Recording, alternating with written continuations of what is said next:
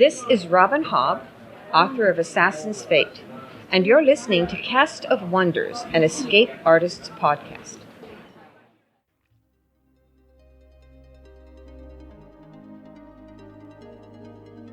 This is Cast of Wonders, the young adult fiction podcast featuring stories of the fantastic. Welcome. Episode 300 for April 15th, 2018. Our story this week is The Death Knight, the Dragon, and the Damsel by Melian Traverse, a Cast of Wonders original. Melian Traverse lives with one spouse, 2 dogs, and an acceptable amount of chaos. Melian's works have appeared in or are forthcoming in Fantasy Scroll Magazine, Deep Magic, Havoc, T. Gene Davis's speculative blog, and Cosmic Roots and Eldritch Shores. When not writing, Melian plays with swords, practices martial arts, and blogs haphazardly. There'll be a link to their bio in the show notes. We are happy to bring you a full cast production this week, with narrations by Graham Dunlop, Danny Daly, and Cheyenne Wright. Danny Daly is the former assistant editor of Cast of Wonders, and narrating stories is just one of the things she loves to do. She's a retired roller derby player and current small batch soap maker, for instance. Soaps and balms from Storytime Soap Company are crafted while listening to audio fiction of all sorts. She rants on Twitter as @DenuliDanny, if that's your thing, or you can visit the EA forums, where she moderates the Cast of Wonders section. Graham Dunlop is a software solution architect, and despite his somewhat mixed accent, was born in Australia. He loves the spoken word and believes it has the ability to lift the printed word above and beyond cold text on a page. He and Barry J. Northern founded Cast of Wonders in 2011 and can be found narrating or hosting the occasional episode or working on projects behind the scenes. He's read stories for all of the Escape Artists podcasts. He lives in Melbourne, Australia with his wife Amanda and crazy boy dog Jake. Follow him on Twitter. Cheyenne Wright is a freelance illustrator and concept artist. He's the color artist on the 3-time Hugo Award-winning steampunk graphic novel series Girl Genius, and co-creator of many other fine works, including 50 Fathoms and the ENnie Award-winning Deadlands Noir for the Savage Worlds RPG. He's also produced graphics for Star Trek Online, the Champions MMO, and t-shirt designs for TV's Alton Brown, otherwise known as my patron saint. Cheyenne lives in Seattle with his wife, their daughter, and an ever-growing stack of unpainted miniatures. In his spare time, he is teaching himself animation and narrates short stories for a variety of venues where he's known as podcasting's Mr. Buttery Man voice. He's also an escape artist storyteller, having narrated for all 4 shows. And now, we've a tale to tell.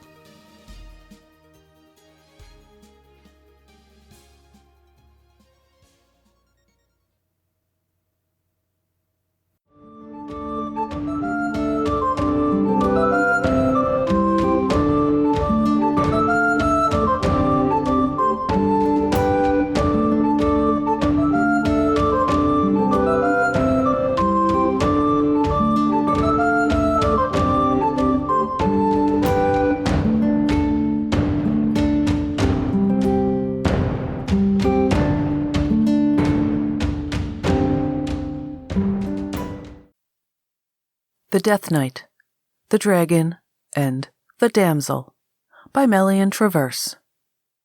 Read by Danny Daly, Graham Dunlop, Catherine Inskip, and Cheyenne Wright. Cold afternoon light stretched in thin patches on the stone floor of the great hall. Jaw and guts tight and trembling, I stood at attention with 20 other squires, armor clean and new as our hopeful futures. For 4 years, we had trained with sword and shield under the patronage of Duke Amlic. 4 years tinged in blood and exhaustion. All for the hope that one of the knights roaming among our lines would pick us from the group like a hound pup plucked from its litter. 20 squires, and only 12 knights. Duke Amleth believed his knights ought to have options. 8 of us would go home with tails between our legs. One by one, the knights claimed their squires, and I watched my companions go to their new lives, eyes bright with the glory they would win. I stood with eyes half closed against the fear that I would be left. I, Corey Forsmeyer, from one of Duke Amleth's oldest houses, would have to sell my sword as a common guard. What was I going to tell my father? Each knight strode past me without a cursory glance. None paused to ask me any questions on protocol or tactics. Soon, 10 of us remained, and the sweat drizzled cold down my back. Oh, gods, please don't make me explain this to my father. Sir Renwood hesitated before me, an ostrich plume dyed an outrageous green fluttering in his cap. An hour before, I would have begged the gods to let the silly man with bell-tipped shoes and a preening ego pass me by. But now that 10 squires remained, I prayed beneath my breath to the gods that Sir Renwood would choose me. So he loved to hear his name in songs. So he preferred taverns to tournaments. I could stomach some vanity if it meant salvaging my fast imploding future, if it meant not telling my father that I, a Forsmeyer, had been unworthy of squiring for a knight. But even Sir Renwood passed me by with the soft, mocking jingle of bells. Oh gods, oh gods, oh... Corey Forsmeyer, rasped a cold voice, and my knees almost gave out with relief. I looked about to see which knight had saved me. Oh gods. Standing back from the group, arms folded across his chest, and cloak swept casually back, one knight watched with flickering eyes. Sir Cedric. My stomach went cold. I'd been spared the embarrassment of slinking back home to my parents, telling them that I had failed. But I wasn't sure I was prepared for the alternative. The salvation of my future had one small catch. Sir Cedric, my knight, was dead. Well, get moving, girl. We have things to do, Sir Cedric ordered. And then he turned on his heels and strode from the hall in a clatter of armor, leaving me to follow whenever my knees decided to start working again. Many a bard had recited the origins of Sir Cedric's unnatural condition, but if any of them had told truly, I'd not seen Sir Cedric's eyes blaze any deeper at a particular telling. Some sang of a dragon's curse, others of an ill-chosen pact. Still more claimed that my knight had sworn to forbear the grave and walked the earth by sheer force of his incorrigible will. Whatever the truth, I had begun my career as a Death Knight's squire. We set out that very evening from the castle. I had just enough time to send a vague letter to my father about my acceptance. I seemed to have forgotten the detail of my master's name, but no matter. What did matter was that I would carry the Forsmeyer legacy with honor as a squire. Corey, don't lag behind, Sir Cedric called in a voice jagged as gravel. May I ask where we're going, sir? I had drawn next to him, and his eyes flashed blue as he turned towards me. A tremble caught my spine, and I gulped deeply enough to nearly choke. It would take some getting used to, squiring for a man who grandmother would have described as looking like death on a biscuit. Gods love grandmother and her quaint turns of phrase, but as I faced a man whose eyes had rotted away to cerulean embers, and whose skin curled away from the bones, I would have agreed with her. Grandmother also taught me about the rudeness of staring. I averted my eyes. Sir Cedric merely answered, To Burland Castle. After several paces, he added, We're going to rescue a damsel. My answer, Ah. There I'd gone, letting my mind run to thoughts of glory and adventure to set the fireside bards a-quivering. I mean, honestly, I had a death knight for a master. A death knight! Leave the idiot damsels to the likes of Sir Renwyd, with his wild-plumed helmets and his penchant for spewing forth verses of his own devising. A death knight should be galloping off to vanquish unslayable ogres, and to stand against the forces of man's wildest nightmares. And he should take me with him, of course, since that's what a squire's for. But damsels? I scrunched my brow. I see, I said, and just remembered it wasn't my place to sound peevish about my knight's quests, even if they reeked of stupidity. Gotten herself captured by a dragon, has she? Or perhaps a wizard? Damsels often found themselves in distress, what with arcane caster types always binding them in hidden realms. Actually, hidden realms might be rather promising. Not many squires got to adventure into the hidden realms right out of the gate. That she has. So much for the hidden realms. He sounded almost as bored with the idea as I was. But I think that was because after 150 years of undeath, he was a difficult man to not bore. You don't sound enthusiastic, he commented. It's rather important, you know. Can't have people thinking Duke Amlec turns a blind eye to the ensnaring of innocence. I wondered if he could roll his eyes, because I heard profound eye-rolling in his tone. Lady Esla often goes on these sorts of quests, Sir Cedric explained as we rode. But she's been detained with other matters. Such as? Something about an unslayable ogre, if I recall. I sighed, and Sir Cedric must have heard because he flinched before continuing. Duke Amlec used to send living knights on these quests, but they'd generally degraded into a prolonged rutting season. Sir Cedric barked a dry laugh. The damsels could damned near die of old age before anybody even properly set out. Lots of infighting in the court, too. Bad for morale. I see. Still, I think if your stock and trade is rescuing damsels, you might have chosen a boy squire. I should think that a boy might find this a bit more, interesting than I do. I felt bold enough to suggest that course, since Sir Cedric had already chosen me and couldn't send me back. Precisely why I didn't.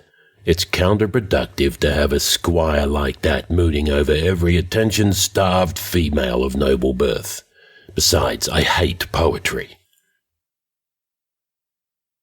Burland Castle lay on the outer edges of the Duke's land, nearly 2 weeks' ride from his own castle. I knew of Burland only as a crumbling wreck long ago abandoned and occasionally sung about in ghastly ballads, although Sir Cedric claimed peasants still lived and farmed in its shadow. Just like a dragon, to take refuge in a rotting, ghoul-blighted old heap that would probably crash down around our ears if if I breathed too deeply. Dreaded damsels. Only a few days into the quest, I got my first chance at adventure as we approached the bridge guarded by the Silver Knight.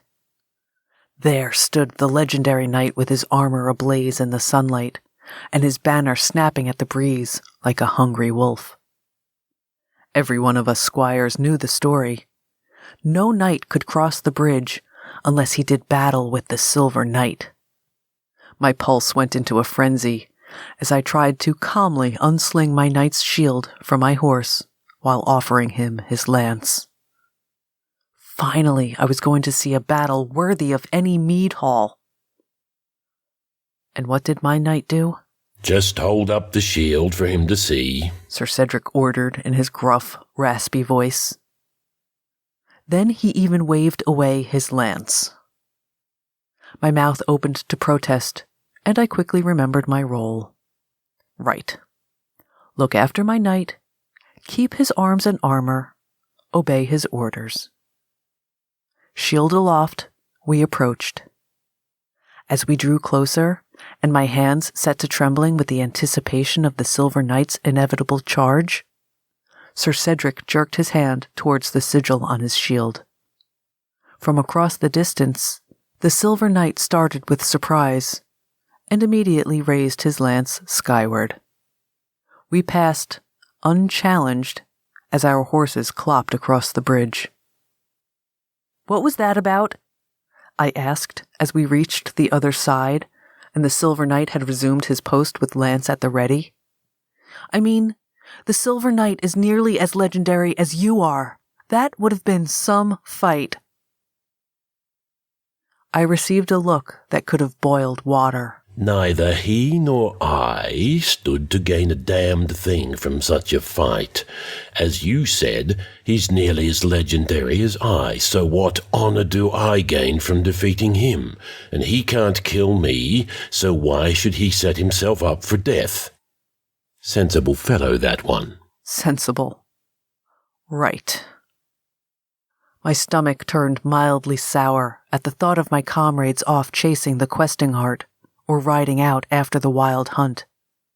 I mean, even Sir Renwood, who loved declaiming poetry like a mead hall bard, wouldn't have turned down the duel with the Silver Knight.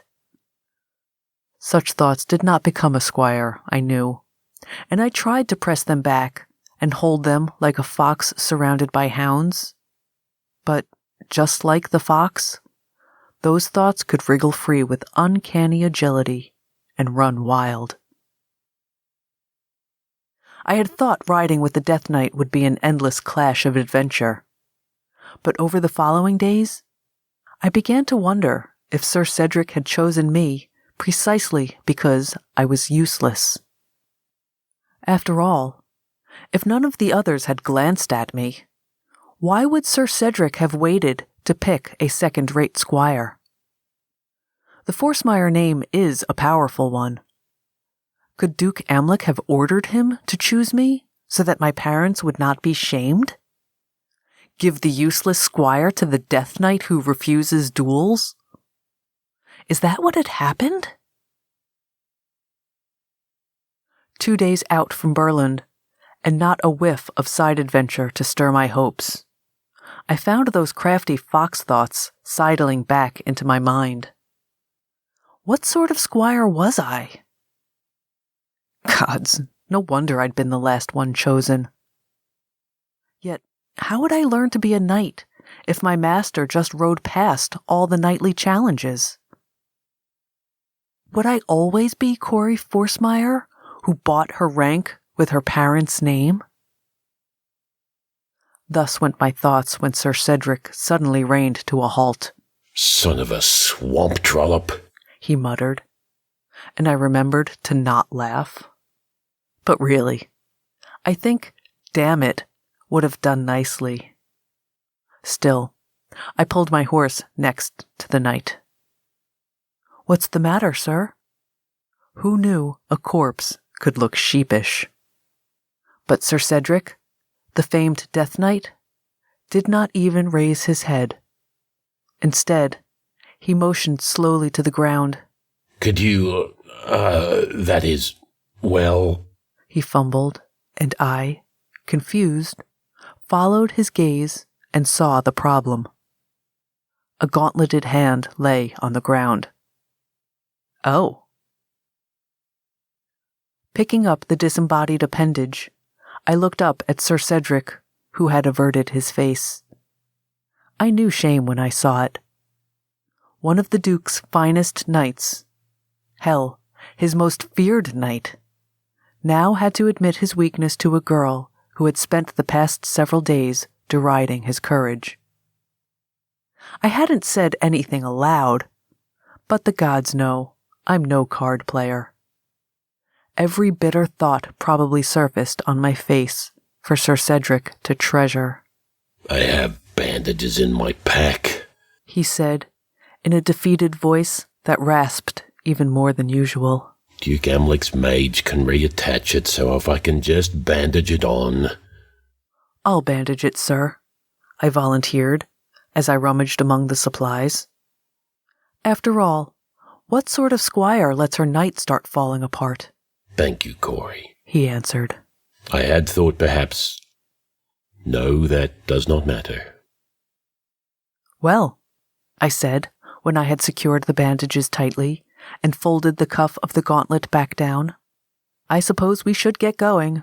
Damsels in distress don't rescue themselves, do they? Oh, gods, that I wish they would, he muttered. We rode for several hours, and I was feeling a bit more daring, at least daring enough, that I asked, "If you don't mind, how did you become a Death Knight? Is it really because you refused to die?" Refuse to die. I've always liked that telling myself. But no, it's nothing like that. He paused, and then adopted the sort of tone that precedes the offering of deep wisdom. Let me give you some advice, Corey. Should you ever have a couple of pints of ale and decide 'twould be clever to ride off with the robe of the skeletal one while he's having a wash-up in the hot springs, don't. That was not exactly the sagely life lesson that I was expecting. In fact, I felt a bit like a dog that has finally caught its own tail, vaguely stupid and rather disappointed. You mean all of this is because you stole Death's robe while he was bathing? Small wonder he didn't correct the bards about dragons' curses and such. That would be correct. Wait, Death bathes? Apparently, though I think he was just visiting the waters for relaxation. I can't imagine he's got an easy job even without inebriated fools absconding with his robe. I didn't think any tavern in the realm had enough drink to make me bold enough to steal Death's robes. That bore thinking on. The afternoon sun blazed with full ferocity as we approached the castle. And now that we had left the forests, I itched and fidgeted in my mail shirt as the metal sat hot against my damp gambeson. I tried to distract myself from my discomfort by studying the countryside for signs of the dragon. After all, a surprise dragon attack would be a lot more than uncomfortable. Before us, farmland swept out before the ruins and thatched-roofed homes speckled the fields. Having never seen a dragon, I didn't know what to expect. But from the fireside tales, I expected to see charred earth, burnt homes, half-eaten bodies turning putrid in the sun, which then made me wonder why this heat didn't turn Sir Cedric putrid. But I remembered common decency and held my tongue and thanked the gods I didn't have to deal with that. What I did not expect was to see people farming and working, while a dragon's stronghold quite literally loomed over them. Men repaired thatch on the roofs. Women and boys harvested from orchards. It looked like any daily scene from near Duke Amlic's castle. And yet, it didn't. The scene seemed wrong. The sort of obvious wrong, as though I were wearing my clothes backward. And still, I couldn't explain what seemed so unacceptably different.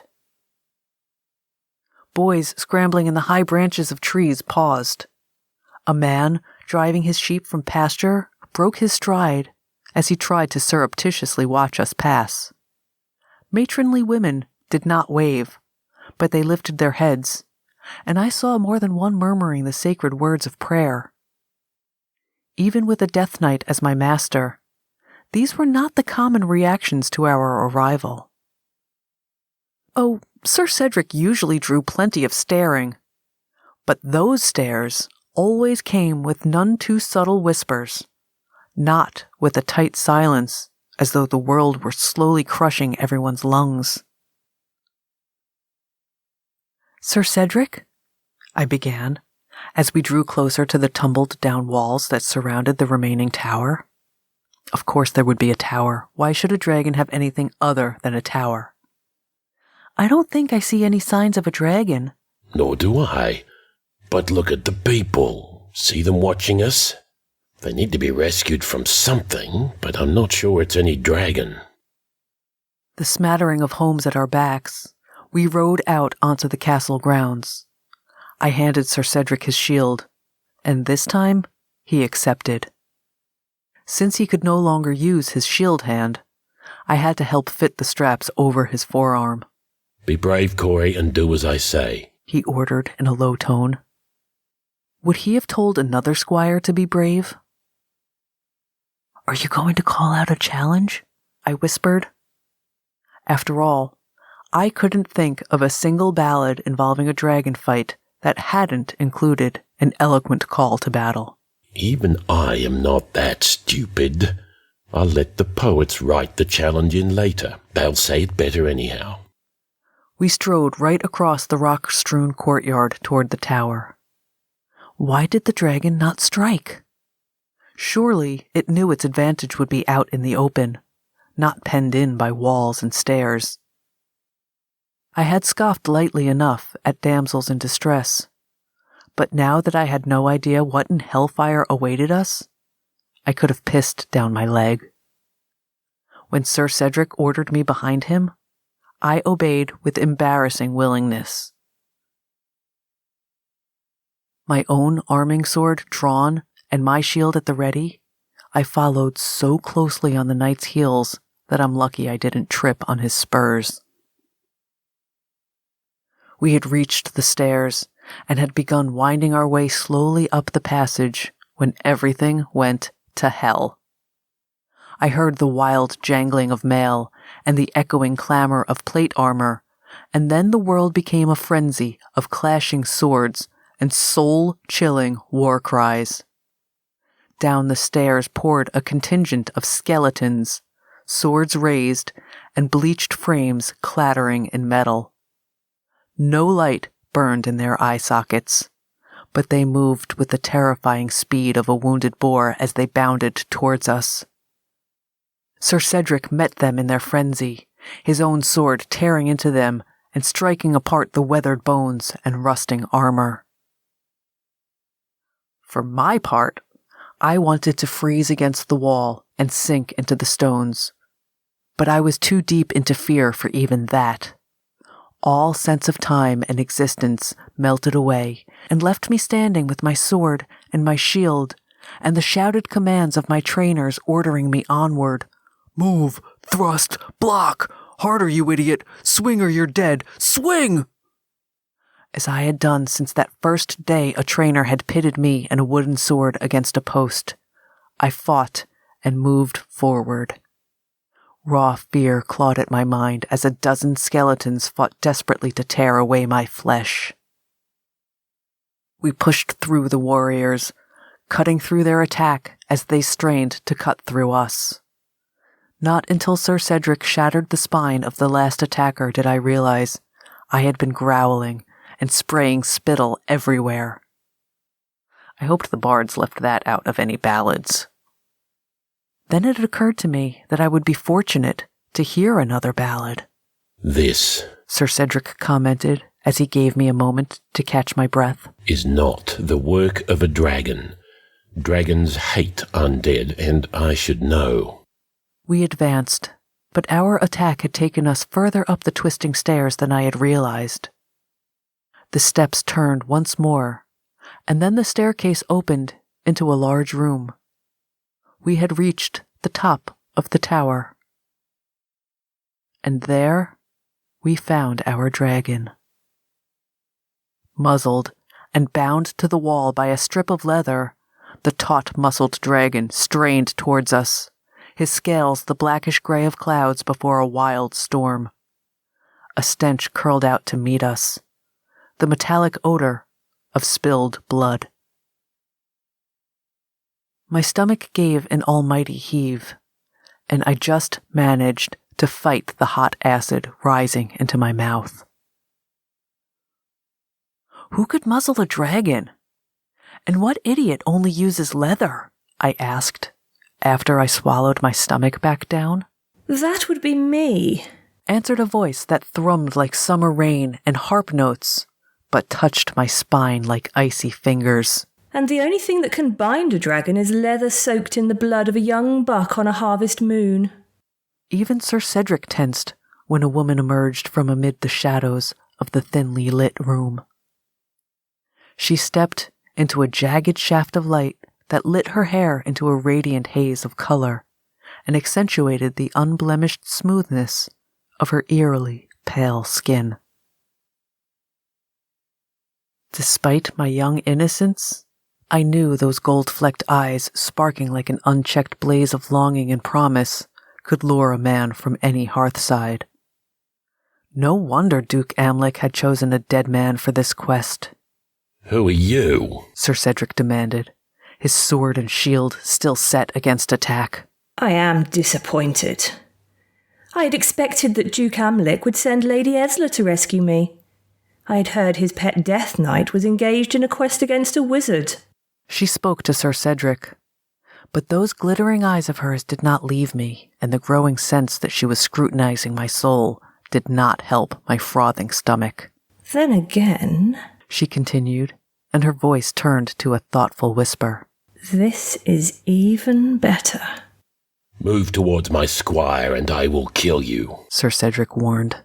Not if you cannot move, she said, and then, with a violent sweep of her arm and a clarion shout in a language I could not understand, the stones at Sir Cedric's feet began to glisten, and before he could react, they melted and slopped over his feet like gray mud, solidifying again so that he remained melded with the floor. Corey, leave, he hollered. A horribly tempting order. I even started to back away. But I was his squire. He had chosen me, and I would not leave him. Gritting my teeth, I adjusted my grip on the sword and held my ground as I debated whether to close distance with a desperate charge or make the woman come for me. See, it is your youth and that spirit that makes you so desirable to me, Corey, the woman said, her voice again soft on the surface and sharp as swords beneath. The dragon's blood will give me his power and his strength, and your blood will give me youth. I could think of only one response. Go to hell, you blasphemous tart! But hell is for the dead. I will live. Once I immerse myself in the dragon's fresh blood, I will need only one more female. I wanted somebody with spirit, and now I get somebody whose blood will also give me youth. My defiant retorts went as useless as the dry spit in my mouth. But now, I knew what had seemed wrong out in the countryside. I had seen men, and women, and boys. But I had seen no girls. This fiend had used her supply of worthy blood, and now that she had her dragon, she needed a young woman's blood to complete whatever cruel ritual she intended. The thought of her frolicking about in my blood sizzled in my mind and forced my lost resolve back into my limbs. Yelling, I lunged forward with my sword aloft and my whole being ready to strike. She knew. She knew I would not wait for her. Her hand flashed towards me. The air rippled. She raised her voice, and a shield smacked ringingly into her face. The air smashed against me like a pummeling wind, and my sword clattered against the stone floor as I hit the wall behind me with such force that my jaw rattled. My breath gone, I tried to scramble to my feet, only to find that instead of 2 feet, I had 4. Oh, Gods. At the sorceress's feet lay Sir Cedric's shield, his severed hand still caught in the straps. While I struggled against panic, she advanced upon Sir Cedric. Her young face marred with a bright line of blood, the sorceress lifted both arms as though about to call down the force of all evil upon my knight. And Sir Cedric just grinned. She began to speak the words that would undo the knight who had called me to be his squire, the only knight who had called me. Look after my knight. That was the first rule of being a squire. Whatever that bloody strumpet had turned me into, my head did not come up past her ankles. I didn't care. I would sink my teeth into her calf and gnaw my way up her leg if I had to. I would not watch her destroy my knight. But as I coiled to pounce, Sir Cedric made his attack. His body fell forward as he struck with his sword. He missed, but that swamp trollop leapt away in surprise. His lower legs still jutting from his boots, Sir Cedric dragged himself across the floor, swiping at her with his sword. As he pressed his attack, I started to move, and then recalled the incident with the Silver Knight, a sensible fellow, Sir Cedric had called him. Launching my tiny body at the sorceress would not be sensible. But as I watched the dragon straining against that leather muzzle, I knew what would be. I leapt up onto the dragon's leg and clawed and bit my way up its body. Below, the sorceress screamed out spells and bursts of light blazed through the room. But Sir Cedric managed to roll and dodge from her spells, pressing her back with sweeps of his sword. I reached the dragon's neck, and he must have understood my plan, because he lowered his head so that I could run along his spine and grab hold of the leather strap that held the muzzle. With only paws, I could not work the buckle, but I sank my teeth into the leather and chewed with a frenzy. The coppery taste of blood filled my mouth as I gnawed, and I remembered the buck and the moonlight. What was with this woman and blood? A thoroughly unhealthy obsession. A shout from the sorceress, another flash of light, a bellow of attack from Sir Cedric. I worked my jaw harder. The leather gave with a snap, and the cords slid from the dragon's face. Freed of the magic, the dragon heaved in earnest, setting his full weight against the tether. I heard the grating before Sir Cedric or his opponent. And why shouldn't I, now that I had unhuman ears? The blood-soaked leather might never give, but a bond is only as strong as the weakest point, and that point was the wall. I sprang from the dragon and landed in a scuttling of paws as the tower itself trembled. Wooden beams shattered above in a rain of splinters. Rocks cracked in the walls as the dragon tossed its head. We were all going to die. Well, maybe not Sir Cedric, but the rest of us had the chance of the first frost in hell. The sorceress turned wildly, a spell still unsaid on her lips. Even as Sir Cedric scrambled backwards, and I dashed toward him.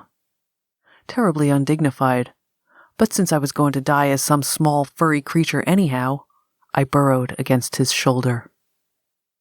He wrapped his arms around me as the dragon gave a final heave, and the entire wall tore away in a burst of rocks and timber.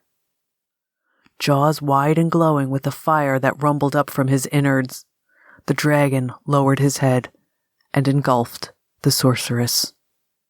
Her muted screams went sharp and shrill. Then came a grinding of massive teeth, and the screams turned to silence. What remained of the sorceress disappeared as a large bulge down the dragon's throat to be consumed by the fire glowing inside. Corey, Sir Cedric said. You can let go now, Corey, and if you wouldn't mind, could you please go get my boots? I think that's where I left my legs. Sorry, I apologized, as I released my grip on the knight. My grip. I had hands again, and I was not half a foot tall. I moved through the rubble and gathered Sir Cedric's legs, and both of our shields and swords. Not to ruin the moment, I whispered to Sir Cedric as I handed over his legs. But how are we getting down if you can't walk? I had tried to be discreet, but dragons must have good ears, because this one looked at us with a congenial, if toothy, grin and said, That hole in the wall is not big enough for me to fit through, but the stairs are plenty wide enough for me to get in here. If you will trust me, I can carry you to the bottom. I am not sure how long this tower can stand. Well, my squire trusted you enough to release you, so I suppose we can trust you to help us down from here. Thank you. The mangled tower trembled with each of the dragon's steps as we wound our way down the stairs, crunching shattered skeletons underfoot. So, I said to the dragon, once we had emerged from the tower, and I had set to bandaging Sir Cedric's appendages back in place. What will you do since you cannot have this castle? Oh, I admit it is a shame, but there are many an abandoned castle about. Or perhaps a cave would be better, less enticing to sorceresses. Here, the dragon displayed manners enough to stifle a poignantly timed belch. So then, what of the Death Knight and the squire who rescued a dragon from the damsel? Well, Sir Cedric began and looked towards me. I have heard rumors that the questing hart has been seen near Duke Amlec's court. It has been a long time since I've followed the legendary white stag. Seriously? The questing heart? Do you think I'm ready for that? Only the most worthy of knights set out after the white stag, whose path led to the most heroic of ballads. And if I had to answer my own question, after what had happened that afternoon, I would say no. Ready? Hell no. Sir Cedric answered. But one day you'll be taking your own squire out after it, and you'll want to be ready for it then. I helped Sir Cedric back onto his horse, and we wheeled about towards Duke Amlec's castle. Sir, I said as we rode towards the village. I still felt the last tingles of light-headed relief, and threw caution to the wind, figuring, if I was going to ask, it might as well be now. Did you choose me for a squire as a favor to Duke Amlec? Because I'm a Forsmire? Yes, I chose you because you're a Forsmire, he said, and then laughed. How is that funny? I demanded, through a tightening jaw, as heat swept up my neck. Oh, you think I chose you because of your illustrious family name. He actually snorted at the last bit. I chose you because you're a Forsmire, that's true enough, but mostly to hear about the scene your father makes when he finds out you're riding with me. After all, it was your great-great-grandfather who challenged me to steal off with Death's robes. You don't think I came up with that idea on my own, do you? Is that reason better or worse than pity? But believe me, I wouldn't have chosen a squire who's utterly incompetent. Although I admit it has meant a wait of a good many years. Not much of a comeuppance if I get myself destroyed in the process, is it? And somehow, it was funny. Quite funny. And I, Corey Forsmire, chosen because I am not utterly incompetent, and not as a favor to my family, sat a little taller as I rode beside my knight. End.